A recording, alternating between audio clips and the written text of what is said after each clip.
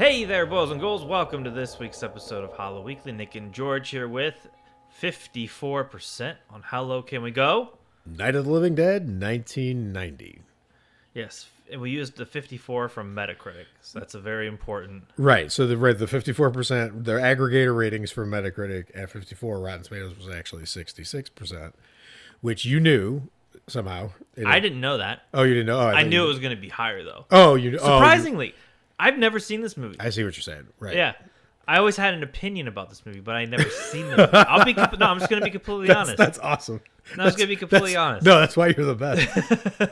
That's great. I thought this movie was going to kind of suck. Like, I thought it was, because I remember the whole thing. Okay, I'm just going to jump into it. Yeah, go. The whole reason they made this right Uh-huh. was because George Romero forgot to get the copyright for Night of the Living Dead, made $0, even though it's played in theater. Like, there's a stat where it's like it's been played every night since 1960 or some shit like that. And so they wanted to do this so that they could give George Romero some money. That was the reason, right? Like, that's what I've read online. Basically, right. Okay.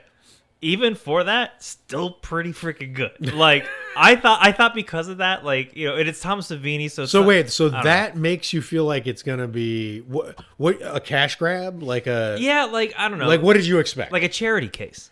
It felt kind of like a charity movie, right? Well, okay, so yeah, that's what I'm trying to get at. Is what kind of movie is that? Like, what's a charity movie? Is it like is it like Gus Van Sant's Psycho? Just like why? I'm sure there's a movie where some producer's son directed it and his dog did it. That's a charity. Okay, I'm sure everyone listening knows. Actually, okay, I met Alex, Freak Club charity. Well, the Freak Club web series was a charity thing. It literally was, you know, like indeed, it was like a nonprofit, like indeed, totally. You know, get to learn the thing. Right. That would be like a charity. Okay. And so I imagined like that kind of quality. Like, I don't know. You didn't think this was a legitimate feature try at this idea. I don't know why. No, that's cool. But I did. I think a lot of people think that. Okay, but now your reaction is you think it's great. Dude, this movie is really fun to look at. This is a really I have to and you had never seen it before. I'd never seen it before. I'd seen some clips, of course, like right. of now that we're recording, because you love Tom Savini. I do love Tom Savini, which is weird that I wouldn't just run to the movie he directed. Right, but but you Top Mosley, what's his name? You had opinions. I knew he was in it. Bill Mosley. Yes. I knew that he was in this in the beginning. Okay. You know, they're coming to get you, Barbara. He was going to do all that. So right. I saw. That's the most I knew, and I knew that Barbara had like the short red hair and like what she looked like. So you knew about one of the biggest changes the movie made, and you knew about the first sequence, which is honestly, until I watched it, it was lost on me that Tony Todd was in this. Right. Like for some reason, like I feel like his first real leading role. Was it really? Yeah. Wow. And when I was rewatching this, because I love this movie, I was spoiler. I was like, there's a lost alternate universe thread where Tony Todd plays good guys all the time because he's just great at playing the hero or not, or at least not the straight up villain, right? Which is, I was like, we needed a lot more of this too. I mean, we can still do it. Just go make him. Yeah, he's still like, go make him do some of these. This is amazing. We need more Tony Todd good guy roles. Exactly. It's not for a movie directed by Tom Savini. Mm-hmm. It's not the most gory film in the world, which I thought was kind of surprising. Mm-hmm. It didn't take anything away at all. Sure. But it was just kind of like when you think of, you know, a makeup maestro. Yeah. You know. Well, he did Dawn of the Dead. We know what he can do with this exact same thing.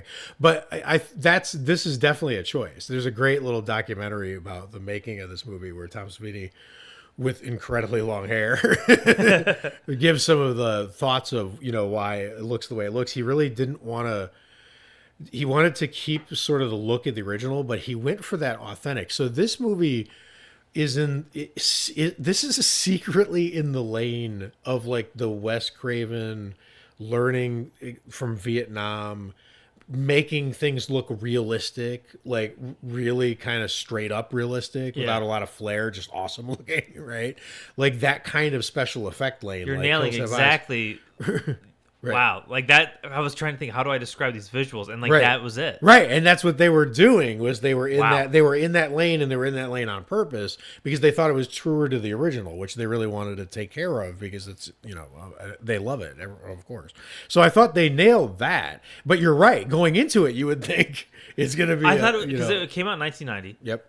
And we just did Chud a couple days ago, right. And so I have a certain like vision of like what like late 80s, early 90s movies look like and sound like. Yeah.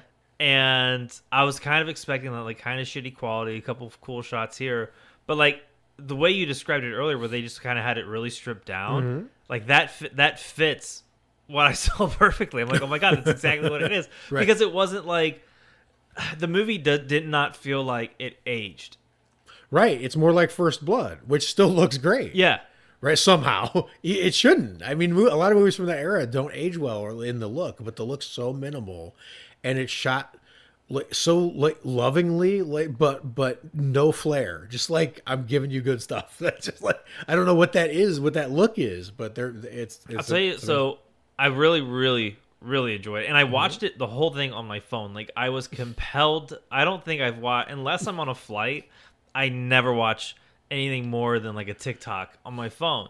Yep. I watched the whole movie, took a pause, had breakfast, went back to it on my phone. Incredible. And just having it with like the AirPods in or whatever, it was a really fun experience to watch this movie on my phone. I can't describe it. No, that's awesome. But it was so much fun. This is what horror, like no other genre can do this way. It's so good when a movie hits like that, like just, but in the right way, but where you don't expect it, like which is what's happening here. Tony Todd is hypnotic, so he's lending part of the power of it. But what's so great is like not to just go back and forth comparing it to the original. Like obviously they changed. I actually kind of like how they changed the ending in this one. It almost is kind of like Tom Savini predicted how George Romero would end Diary of the Dead, because they're kind of similar in a way with the zombies hanging from the tree and then, them kind of having the realization maybe humans aren't that great. Shit, I forgot where I was going with that thought. It was a great thought. Well, come to it, because Romero. Go ahead. No, I forgot it again. No, okay. Well, because Romero wrote this and he put things in here that he had meant to put in '68 or wanted to put in '68 that he couldn't. So Romero's making choices here with the endings. It feels like, because we did a review on VHS 94, and my favorite, there was one podcast or blogger who hated the coffin, the funeral home skit. Yes. I thought that was my favorite. Totally. I got a little bit of that vibe. Oh, that's cool. Like the designs of the zombies are obviously really like they're not going to look bad in a Tom Savini movie. No. Clearly. They all look good. But there was like, instead of it just being like gore for gore's sake, like I actually really loved the duo zombies in the graveyard in the beginning. One is just your classic EC Comics looking kind of zombie, but then the other one is 100%. Just a regular dude with his suit on the front, and then it cuts to his ass cheeks, 100%. And then you see like where like he has like the cadaver 100%. Marks over there, and I thought the blend of like the EC looking zombie with like an actual like freshly dead person was kind of nice. The look and also the acceleration, right? Because what's cool about dystopian movies like zombie movies or like movies like The Road or whatever is your emotional experience kind of matches what is supposed to be happening in the world in the movie. Everything's falling apart and you feel like you're falling apart because it's getting more and more depressing and more and more dark or whatever. Night of the Living Dead, the original one, creeps up on you. Things start to fall apart, and society, like people aren't polite anymore. And now you got to corners, and all of a sudden you're shooting other people and locking them out of rooms, and it's Lord of the Flies, right? So this movie speeds it up by being like, you know what, we're just gonna go straight to the ass shot. Yeah, like the rules are out like, right away. I mean, this movie's signaling to you. I remember I was going with my thought earlier. So like, it's not like a really complicated masterpiece of a film. Nope. Like, you know what I mean? Right. Like, it's not this like real, totally. You sit afterwards and think about it. But it's sort of like, I don't know, it's sort of like, Disneyland has like the sit down restaurants, but then they have like the grab and go kind of places. This movie is grab and go, which is usually the more fun eating experience. Yeah. And all the acting in it is so good. So like, you're not going to get like a 12 Angry Men where like you see a character change. The only person you really see change at all is Barbara from the beginning. Are there even 12 people in this movie? No. But what I like about it is 3 angry people. Is how quickly you get everyone. Like as soon as you see like the racist shithead, like like who that guy, just the design of him, like you saw him and you're like, I don't trust you. I don't really trust you. I trust the farmer guy, and the Betty Sue or Lily Rose or whatever her name is. Actually, that actress who gets blown up, she has a role in Frasier. Where they somehow think the guy they're talking to is mafia or something like that, or she. Oh my gosh, she gonna blow up in Frasier too? I think it was the mafia. It's the mafia, or she was the daughter of the person who owned the radio station. So they had to give her own show, and it goes terrible. And she's hilarious in it. I've not seen her in anything else other than Night of the Living Dead. This thing, and I both think she's really good. That's awesome. She's very good. I agree with you. I think the acting is incredible. I found out. I was doing a little digging, and I found out that Tony Todd. By the way, I every episode now I'm going to bring the YouTube report. The YouTube report of the YouTube reactors is that they mostly like this movie. If the ones who theoretically haven't seen it, but the reaction to Tony Todd is, man, when he tells you you're in trouble, you're really in trouble. You feel like you're really in trouble. The one is like, man, he feels like when he talks, you're like, this is it. Right? It's just the Tony Todd effect. It's amazing. And it's still, it's still happening. But he auditioned for this. So the monologue where he kind of explains what happened in the cafe, which is kind of traumatizing. He cries like they gave him that in the script. He took the script out in the hall.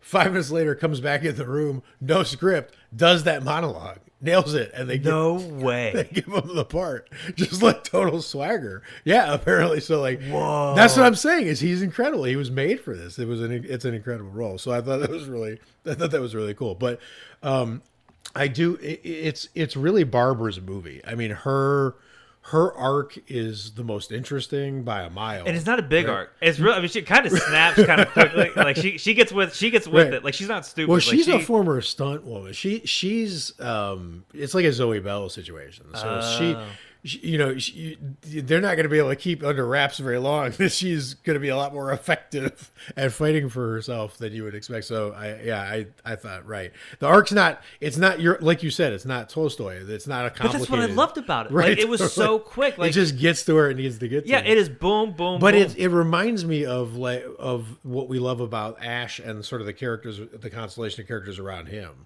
We know enough to love them, but we don't know too much or know the wrong things that make us like second guess them or whatever. You can just go along for the ride. So, as much as I can talk about how much I love the movie. Oh, yes. One last thing I loved. It turns out I'm not done. Okay. Was the getting to know the house. Yes. I really felt like I knew the whole location. Like it's almost like I feel like I played through it in the video game. Like this movie plays kind of like a video game. Totally. And I love the scene when she trips over and the big fat zombie falls on her because you're like incredible. I was like, are they going to do it? Are they going to do it? They did it. Oh, that's cool. It was incredible. I mean, the execution of that scene will look great 500 years from now. It's so well done, and it's so perfect with the hand, and then the guy comes. I mean, incredible. And I'm not done with Barbara because I think what's really fascinating about her arc is not only does she get to fight and effectively defend and do all the things, she figured it out. She was the only one who figured it out. Everyone else was holing up in the shelter, like Twilight Zone, Rod Serling, nuclear shelter episode style. She's like, these dumb flicks are slow. She's like, we can walk past them. It's just, I think it's the line. And the movie, I mean, we know that by how it goes, that we should have gone choose your own adventures. We should have gone down her path, not theirs. Yeah, from the start, not theirs. So she turned out to be have the best instincts, have like leadership qualities. Like I mean, everything you want in a character. I thought she was amazing. I thought it was basically they Ripleyfied, is that a word? It is now. The character, and it came out great. I did like the part where Tony Todd went outside and Greco-Roman wrestled 36 zombies. He was just taking all of them. Dude, he would like kick one and then like he would like do like a double leg takedown. Yeah, I'm watching it and I'm like, man, I hope the Matrix comes out soon. I need more of this. He was just action. He was like judo throwing him over his shoulder and shit. Like he just was not having it. I love that part. It was incredible. I mean, that was incredible. The keys to the gas pump thing. Oh, just being in the basement the whole time. And the shot of him and just that broken, insane laughter coming from Tony Todd when he's sitting there and he realizes it, and the shot pulls away. It's a beautiful shot. That's like a put on your wall. All the zombies are pouring. You know, we always talk about, because this is a really, everyone thinks a really basic movie or whatever, but that's like a put on your wall. There's a handful of them in a frame shot. No, that is a good shot. Mm-hmm. I can't believe how just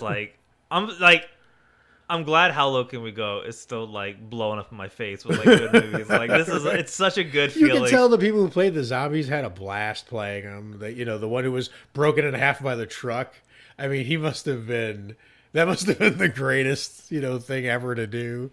A folded over in half zombie, amazing. Yeah, I don't know. So there are a couple things. Yes, that's not just. Did you have things you disliked as well? I do. Okay. But you go. So, one of the things I did not like, and I don't know if it was a program or a real orchestra, but weird sounding like badly orchestrated music. Oh, interesting. It kind of has. So it's the reason why I don't like. I love the 03 Texas Chainsaw, but when I rewatched it, it felt like they used like a keyboard orchestra, and I don't know if they did a real orchestra or not, but it felt like it had that cheesy horror movie music at certain points. Totally.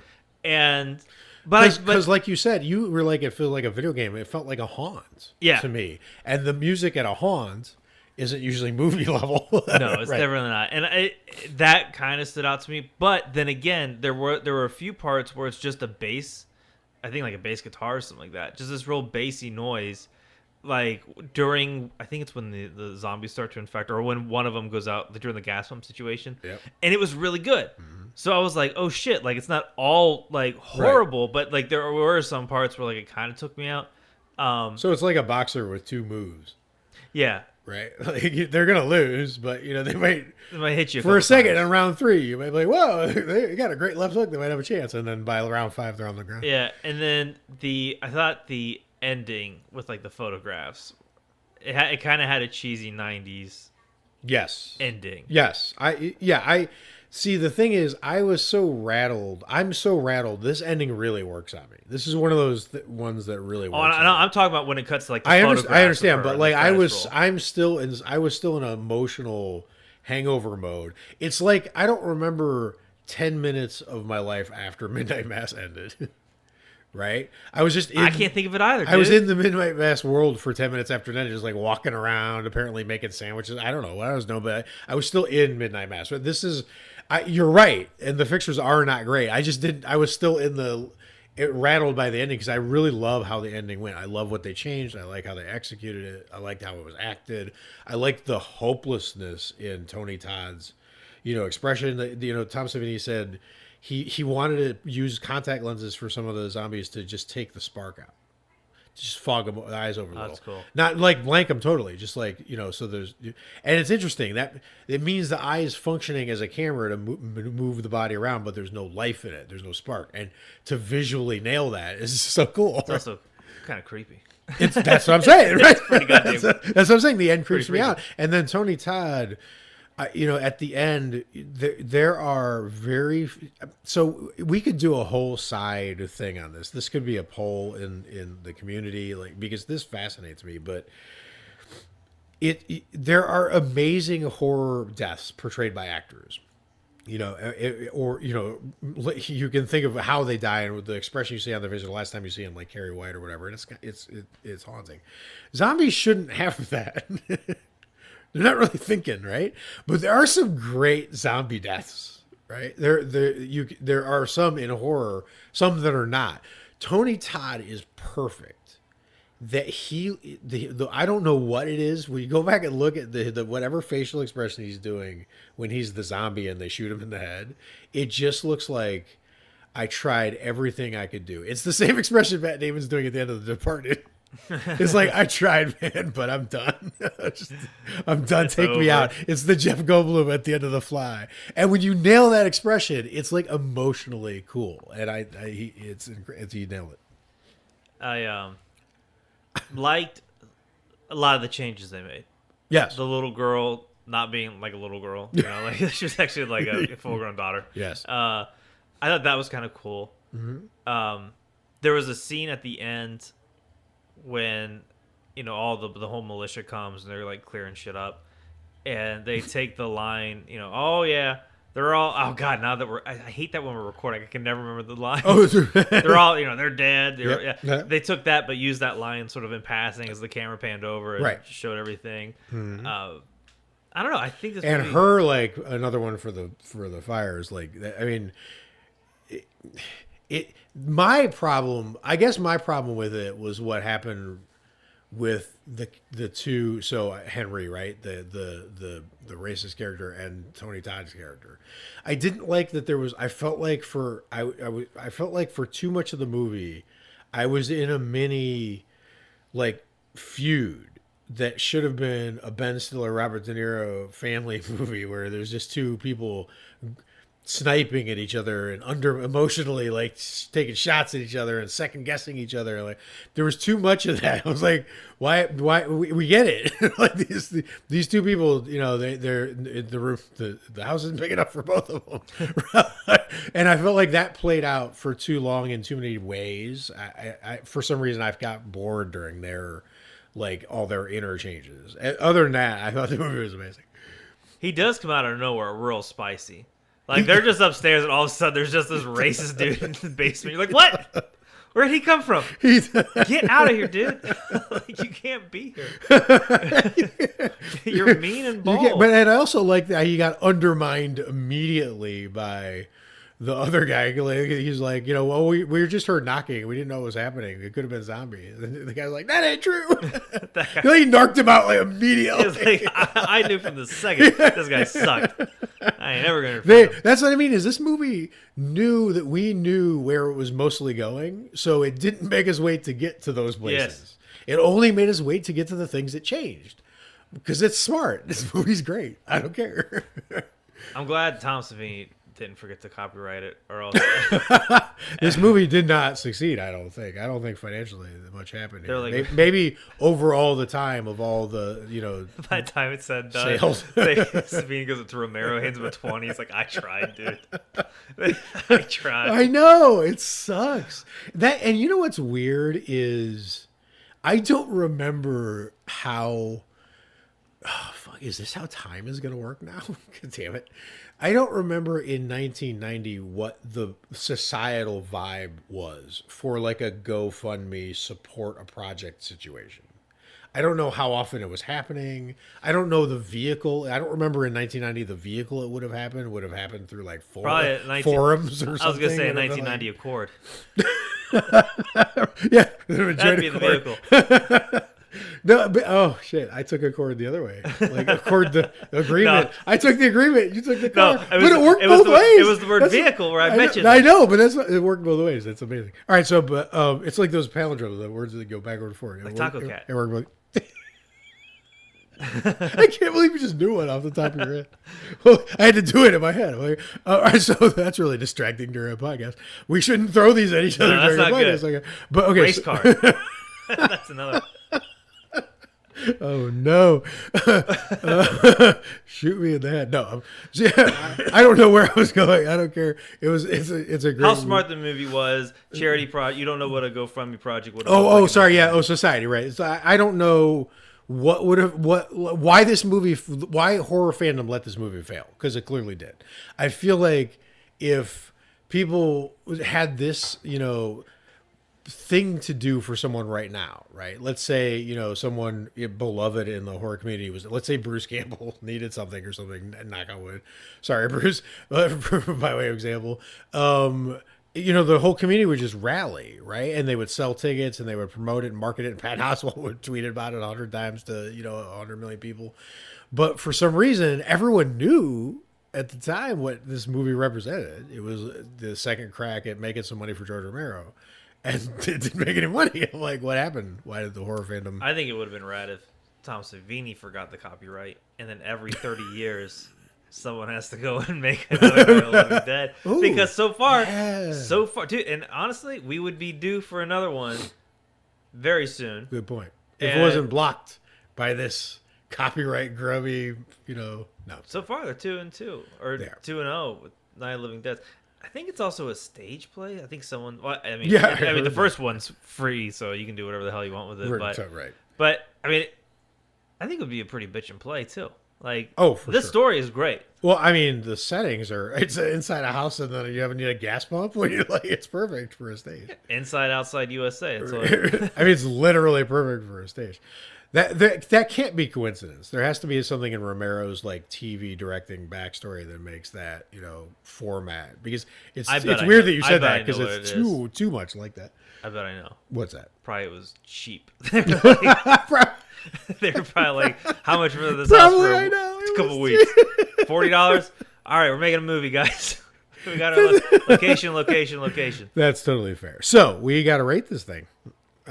We haven't, right? Are we done? Is that? Yeah. So I mean, there's nothing else really to add. I mean, okay. So before we get to the numbers, is this the most enjoyable How Low Can We Go movie so far, or was it better than? Was it more enjoyable than Chud? Right. So Chud's the one you're using. Okay. Oof. I don't know. I think so. Yeah, I think it was pretty. I think it's really close. Yeah, I think I had more fun with Chud. I think I had equal fun with both, but I'm giving the tiebreaker to Chud because I knew more about this movie going into it. I didn't know much about Chud going into it. So I had more fun, emotionally had more fun with Chud. But I think this movie's a better movie than Chud, honestly. I feel like I enjoyed looking at this movie more than Chud. That's fair. I can see that. Yep. Shit. I got to give it a tie. Honest to God, flip a coin. I can't choose. Hey, I did the tiebreaker to the one I knew the list about. You can do the tiebreaker with the one that has Tony Todd in it, and we're good. Now we have a true tie. There we go. We'll go true tie. I do think my guts. I don't know. Part of me wants to like Chud more than this, but totally. I do think I enjoyed this movie enough to like continue watching it on my phone and having a great time. Like, see, that's the best. I mean, who cares about the numbers and all the way? We'll go through it because it's part of the thing. But that's the true like measure of it. But okay, so let's do it though. The numbers were, this is a 54% movie on Metacritic. 75, easy.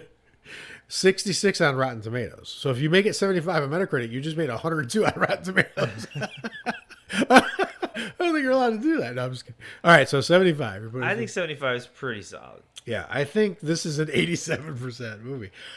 It's hard to imagine when I think about horror movies that sit in the mid 80s on aggregator sites. Because we all know what the 90s are. It's Rosemary's Baby and all the classics and all the whatever. And then somehow there's a few movies that just hold on to critical acclaim, like What We Do in the Shadows. Somehow it'll be always 95% on Rotten Tomatoes. Mm-hmm. There'll be a few modern movies that break through, but they're either not really horror movies or they haven't it's like Silence of the Lambs, where you have cast that critics are familiar with and not, So I don't know. To me, this movie is those are the masterpieces, and then the movies that are in the mid 80s are the movies that are like,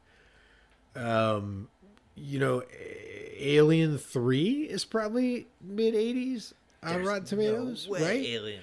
Or Prometheus. 3. Right? There's got to be something in the Alien franchise besides 1 and 2 that's in the 80s. Alien 3, my friend, is definitely not mid 80s. Oh, right. No, you're right, because they went with the reviews of the time. Right. My bad. So, you're talking right. What about Prometheus? No. What's Prometheus's rating?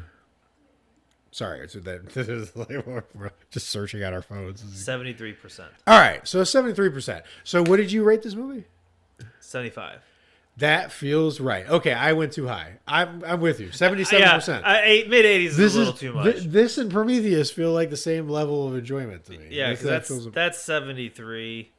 Well, the only other 75% maybe that popped up was Lone Survivor, but I didn't see I did not see that. No, because I'm thinking like, but the problem is we're so off from the critics' percentages. Because to me, Gremlins: The New Batch feels like a high 70s movie, but I don't know what it is on Rotten Tomatoes. I mean, that thing could be like 40 for all I know. Right? All right, dig this. Yes. 75%. Boom. Oh, you made it happen. The tech side of Halloweekly is quickly calling this up while I... Okay, hold on. God, Rotten Tomatoes has a lot of categories. You could just hit horror and then it does horror only. I did, but nothing came up for 75%. So let me do 70 to 75 and see what pops up. Yeah, give me the neighborhood of what this movie is, because that's... now I think I'm convinced it's mid-70s, which is fair. Oh, you know what? It's a really enjoyable movie. Well, it's all good. We figured it out. I'll tell you what I'll give us a 0%. Rotten Tomatoes website. This thing sucks. Oh, is that top box office? No. I actually know how to do this. How do you do this? Do you have something to say to say to the people while I? Well, I know because I know how to do this. Okay, while you get that up, yeah, I know what the message. Because I did this to build our list one time, so it's while you're getting that, let me just make a point. Let me just talk to them. Let me just talk to them. It'll be silent. This is where you can ask for reviews while we don't say anything. Well, it's the perfect more than a review, even though I would love a review. I check all the time for reviews, and we haven't gotten one like forever. And I'm just like, you know what? I just gotta live my life. It's at 50 though. 50 is not bad. Like I feel good at 50. All right, I'm here. So what percent do you want? 75. I want to know. I want to know what is in the actual. Well, I didn't hit exactly that, but here. Okay, so Scary Stories to Tell in the Dark is 77%. Yeah, right there. Right. That's so. Let's see. This is an interesting area here. So this is what I'm talking about. This is exactly what I'm talking about. I went a little too high. So, never mind. I misread it. My bad. I thought it said the dark half. But it's not. It's dark red. Okay. So nope. Wait. Read these titles off. I got to know what you're saying. Nope to. No, because Spine of Night. Okay. Here we go. I got Spine of Night. I got you. I got you back now. The Babysitter. Remember the Netflix thing? Oh yeah. 72%. So which do you like better, this or the Babysitter? Night of the Living Dead. Okay, so it's higher than 72%. All right. I get Phantasm, 74%. I like this better than Phantasm. You like this better than Phantasm. I like Phantasm better. So that's one strike against my that's one big strike against my big strike. That's not Split, 77%. Split is better than this movie. Which one was Split? Split, the James McAvoy M. Night. Oh, yeah. Split's better than Night of the Living Dead, right? Split was better. Yeah. So that's what I'm saying. Is 75 is 75. Yeah, we nailed it. We parked it right. We parked it. I mean, wow. We landed this plane. It took forever, and we lost a lot of listeners with a lot of dead air, but we nailed it. There was zero dead air. There was a lot of ums and stuttering. It's a zombie podcast. There's dead everything, including air. So that's exactly right. This is what this movie is. But like I said, this movie deserves way better than it got, both in terms of revenue and in terms of critical rating. You know what you should do for people who have seen it and loved it. This is what I'm asking.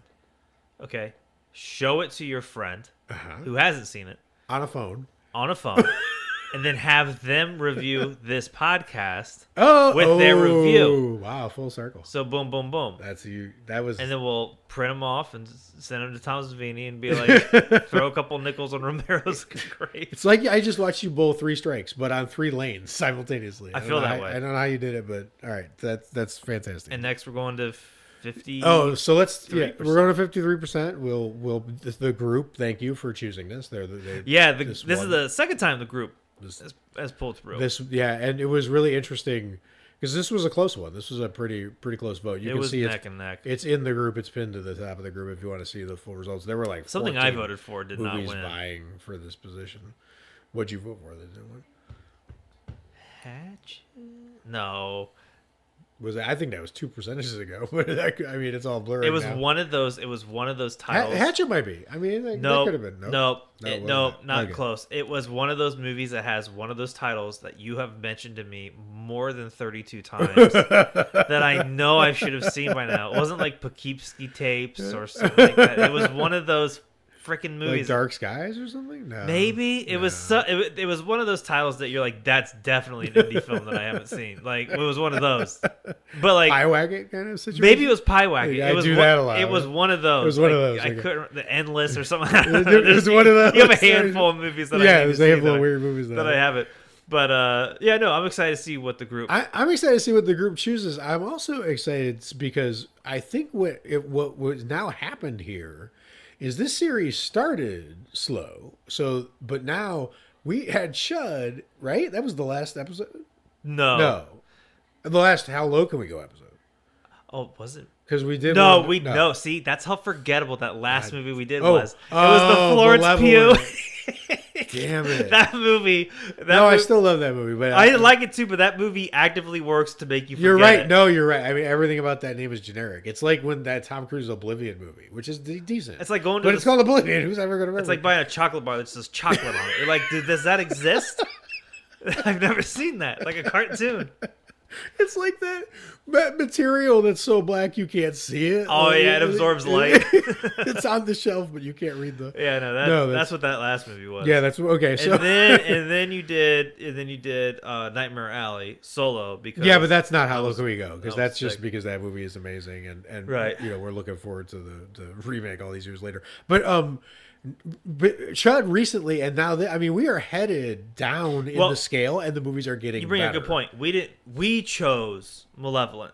Right. We're sticking with the group. We paid the price.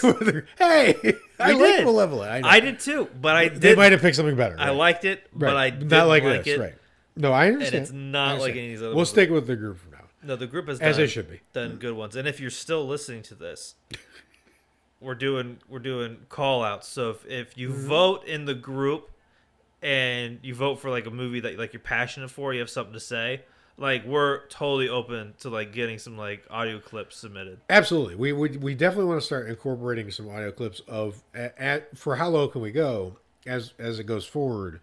We're going to be hitting movies because we only get one crack at this each percentage point once we pass the movie that all the other movies that were in there, and someone might say something that really I remember reading something about Chud that really sold me on Chud that made us include it in the in the possibilities, like because we don't just pull everything, right?